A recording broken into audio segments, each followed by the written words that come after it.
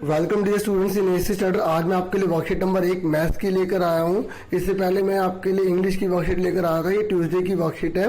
तो हमसे पूछा गया प्राकृत संख्या किसे कहते हैं। तो देखो, जो पूरे नंबर होते हैं जो 1 से स्टार्ट होते हैं उन्हें प्राकृत संख्या कहते हैं। पूर्ण संख्या वो होती है जो 0 से स्टार्ट होते हैं लेकिन पूरे नंबर होते हैं, जैसे 1 2 3 4। ऐसे पूर्णांक वो होते हैं जो 0 से 1 2 3 4 आगे भी जाते हैं और नेगेटिव भी जाते हैं, -1 -2 -3। ठीक है, मैंने सारे आंसर कर रखे हैं। आप वर्कशीट के सारे आंसर देख सकते हैं, आपको स्क्रीन पर दिखाई दे रहा होगा। जैसे पहले क्वेश्चन में पूछा गया कोई 5 प्राकृत संख्या बताइए, तो आप कोई सी भी लिख सकते हो। आप 1 2 3 4 5 6 7 8 कुछ भी लिख सकते हो। आप 99, 1000, 1 लाख, 1 करोड़ कुछ भी लिख सकते हो, लेकिन वो पॉइंट में नहीं होना चाहिए, वो बटे में नहीं होना चाहिए, इनके फ्रैक्शन में नहीं होना चाहिए। ठीक है, और कोई 5 पूर्णांक संख्या बोलिए, तो देखो पूर्णांक जो है उससे पहले पूर्णांक से पहले हम पूर्ण कर लेते हैं। सेकंड वाला, कोई 5 पूर्ण संख्या पूछी है, तो पूर्ण संख्या जो 0 से स्टार्ट होती है। ठीक है, तो 0 1 2 3 4 5 6 कुछ भी लिख सकते हो। ठीक है, लेकिन आपको ये याद रखना है कोई भी पॉइंट में नहीं लिखना, कोई बटे में नहीं लिखना। ठीक है, आप देख सकते हैं स्क्रीन पर आपको दिखाई दे रहा होगा। फिर थर्ड पे आ जाते हैं, कोई 5 पूर्णांक संख्या पूछी गई है, तो पूर्णांक में क्या होता है कि बस माइनस की डिजिट आने शुरू हो जाती है, लेकिन ये भी कभी पॉइंट में नहीं होती, बटे में नहीं होती। तो आप कुछ भी लिख सकते हो, 0 से 1 2 3 4 5 6 और 0 से कम भी लिख सकते हो, -1 -2 -3 -4 -5 कुछ भी लिख सकते हो। ठीक है, मैंने कुछ एग्जाम्पल यहाँ पे लिख रखे हैं। ठीक है, उसके बाद बच्चों आपका जो नेक्स्ट क्वेश्चन आ जाता है वो ये है कि आपको ना कुछ परिमेय संख्याएं, कुछ प्राकृत संख्याएं, ठीक है, कुछ पूर्ण संख्या दे रखी हैं। तो आपको पहले मैं बता दूं परिमेय संख्या किसे कहते हैं। देखो, परिमेय संख्या होती हैं जिन्हें हम बटे में लिख सकते हैं, जिनको पॉइंट में लिख सकते हैं। ठीक है, जिसमें जो कहने का मतलब ये है कि जिसे हम पी बटे क्यू में लिख सकते हैं, लेकिन क्यू जो है वो 0 नहीं होना चाहिए, क्योंकि अगर बटे में 0 हो जाता है तो उसके अनंत हल हो जाते हैं। ठीक है, तो उसे हम परिमेय संख्या नहीं कहते। अगर आपसे कोई पूछ ले परिमेय संख्या क्या है, तो अगर आपसे कोई पूछ ले 1 परिमेय संख्या है, आप बोलोगे 1 है, क्योंकि उसके नीचे 1 लगा सकते हैं।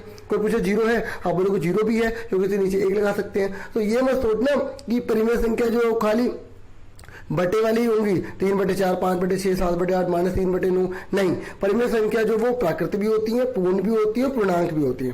ठीक है, मैंने एक अलग से वीडियो भी बना रखी है पूरी कंसेप्ट लर्निंग की, उसका भी जो है लिंक है डिस्क्रिप्शन में दे दूंगा, तो आप वो भी देख लेना। ठीक है, आपको और अच्छे से क्लियर हो जाए। उसमें मैंने लिख के समझा रखा है, अभी तो मैं खाली बोल रहा हूँ, मैंने आंसर आपके लिख रखे हैं। ठीक है, तो इस तरीके से आपको ये क्वेश्चन में छांटनी है, प्राकृत संख्या छांटनी है। तो आपने स्क्रीन पर देख लिया होगा।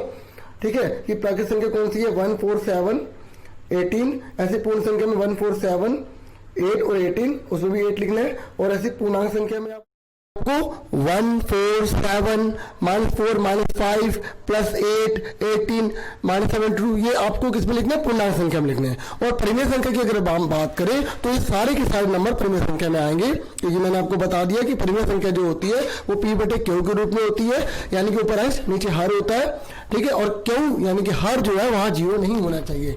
अगर 0 हो जाता है तो उसको हम परिमेय संख्या नहीं कहते हैं। तो इस तरीके से आपको समझ में आ गया। देखो, सबसे पहले कौन सी होती है, प्राकृत संख्या, फिर होती है पूर्ण संख्या, उसके बाद पूर्णांक संख्या, उसके बाद परिमेय संख्या। ठीक है, उम्मीद करूंगा आपको अच्छे से क्लियर हो गया होगा। ठीक है, तो इस तरीके से अगर हम बात करें कि परिमेय संख्या में क्या आएगा, तो परिमेय संख्या के अंदर सारी की सारी चीजें आ जाएंगी।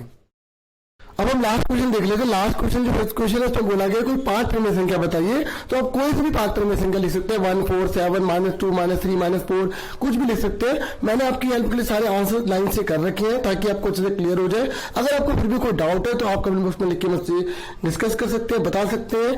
ठीक है, आज के लिए इतना बहुत है। मुझे पूरी उम्मीद है आपको अच्छे समझ में आया होगा, और अगर आप दोबारा देखोगे तो आपको और अच्छे से क्लियर हो जाएगा। कई बार नई चीजें अच्छे से क्लियर नहीं हो पाती। मैंने कंसेप्ट की वीडियो बना रखी है, तो आपको मैं डिस्क्रिप्शन में लिंक दे दूंगा ताकि आपको और अच्छे से क्लियर हो जाए। आज के लिए इतना बहुत है। Thank you for watching.